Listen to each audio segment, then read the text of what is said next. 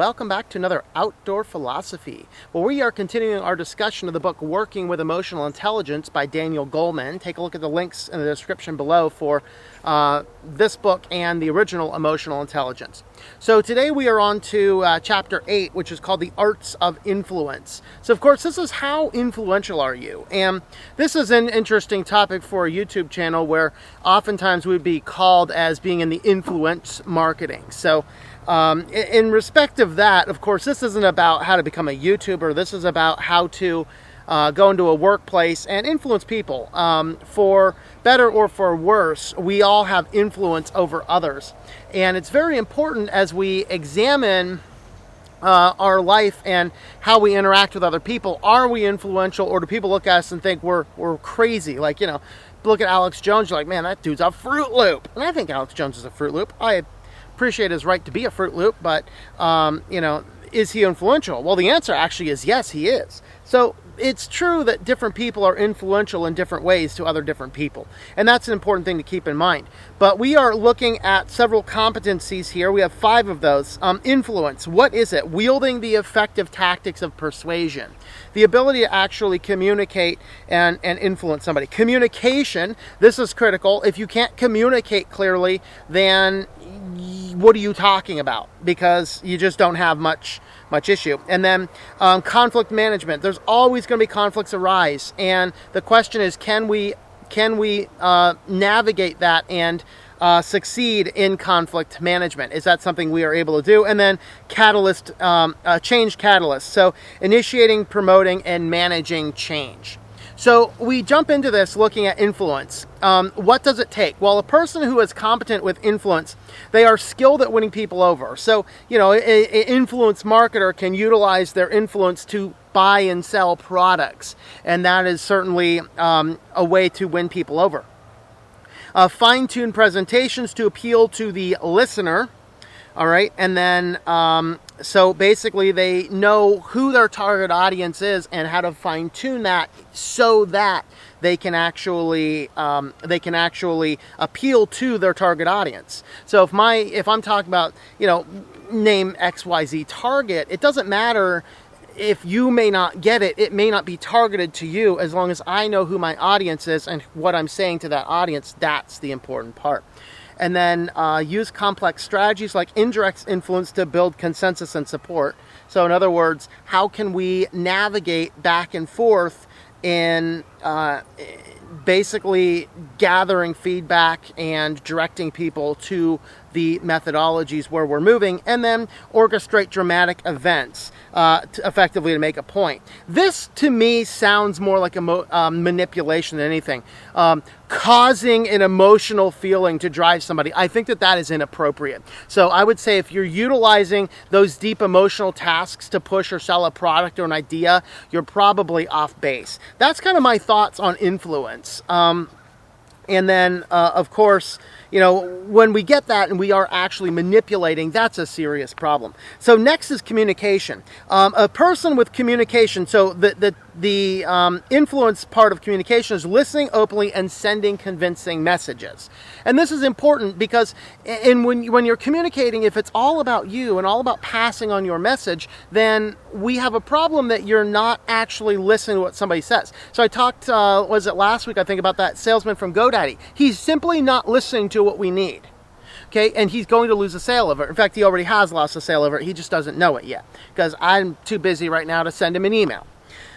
All right, so people with the competency of communication, they're effective at give and take, registering emotional cues. So they can see and spot emotional cues and respond to those, maybe tweaking or twisting their message to respond to the emotional cues of the conversation. You know, if you don't realize you know, somebody's spouse or whatever died, you're in a party, and then you finally realize that, you're going to shift your communication to address that. And that's important. They can deal with difficult issues straightforwardly. This is a person that's like, I'm not going to beat around the bush. Let's get in here. This is what my client appreciated when I got on the sales call with this GoDaddy guy, because I started out by saying, I'm going to start by saying, I don't trust your company. I have a 10-year track record with your company, and I think you guys are liars. Now, if you want to try and sell me something, I'll go ahead and listen, but I'm going to be a hard sell. That was the ability to straightforwardly deal with it. Now, it wasn't like, hey, we're going to dump you entirely. But at the same time, it was like, I know the tactics you guys pull, and I'm not going to participate. And I'm going to make sure my client's not wasting money participating in your tactics either. Okay, so listen well and seek mutual understanding and welcome sharing of information fully. So this is a person who can gather all the information before actually making the final decision. And then finally, they can foster open communication, receive and stay receptive to bad news as well as good. These are the people that really want to actually, truly, genuinely, they want to know what's good, what's not good, how can we navigate this properly. And that's kind of what's at the heart of communication. Okay, so next we move into and influence conflict management. There's always going to be places and times when conflict arises. When conflict arises, what do we do? Well, conflict management, of course, is negotiating and resolving such disagreements. Okay, so people with the ability to manage conflict, they handle difficult people and sensitive, tense situations with diplomacy and tact. You don't get up there, you're not, Linus Torvalds. What do you mean, you stupid idiot? You actually listen to the conflict and you figure out how to resolve the situation. Spot potential conflict. You can usually spot the conflict before it boils over. This is somebody who's good at this competency, can see where conflict may arise and can deal with it in an early on. So they can bring disagreements into the open and help de-escalate the situation before it gets pretty big. This is something police officers have to be really good at. They have to be great at de-escalating situations before they boil over into a showdown in the streets. And then people with conflict management competency encourage debate and open discussion, because really they are open to it. And I'm very open to different views and opinions on things. But at the same time, just because you've told me your opinion doesn't mean I'm going to stop what I'm doing and agree with you. So that's something to keep in mind. And then oftentimes conflict management means we're going to orchestrate win-win solutions so that the conflict is minimized, but at the same time we don't have hard feelings left and right. And then this kind of leads us into leadership. This the person starts to gear themselves towards leadership, which is inspiring and guiding individuals and groups. This is a good manager is more like a leader and less of a manager. A manager is more task-oriented. A leader is more people-oriented. That would be, of course, a definition from John Maxwell talking about leadership. So people with leadership competency, these guys can articulate and arouse enthusiasm for shared vision and mission. So this is a person who can rally a team of diverse people around the target or the goal that we're moving toward. That is a great leader, is able to do that. And then they can step forward to lead as needed regardless of the position. So sometimes a good leader steps back and lets other people shine in the group, but if nobody's moving, the leader can always step forward and take charge on any given task. But the mark of a good leader is someone who can take the lead on any given task as needs be. Somebody has a illness or a family crisis and can't show up. The leader can step in and fill in the role of the missing team member. That's an important function of leadership. And then guide the performance of others while holding them accountable. And this is a hard line to balance. How do you guide somebody without telling what to do, but still be able to hold them accountable? This is a hard line to cross, and it takes a lot of skill and experience to get there. We have to figure that out. Then, of course, a good leader always leads by example. And then we fall into our final section, which is how to be a change catalyst. In other words, how to make and cause change. So recognize the need for change and remove barriers. So people who are good at this can recognize the need for change and remove those barriers so that we can cause some type of change, whether it's a change in a law, a change in a company ethos, a change in direction or plan. Those are important.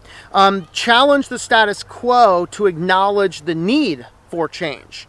So the ability to challenge what's going on, to say, maybe we need to move in a different direction before we shipwreck the whole thing. It's like you're on a boat. There's that old story of a guy, this boat's going on, and he sees this light in the distance, and he gets on, and he's like, I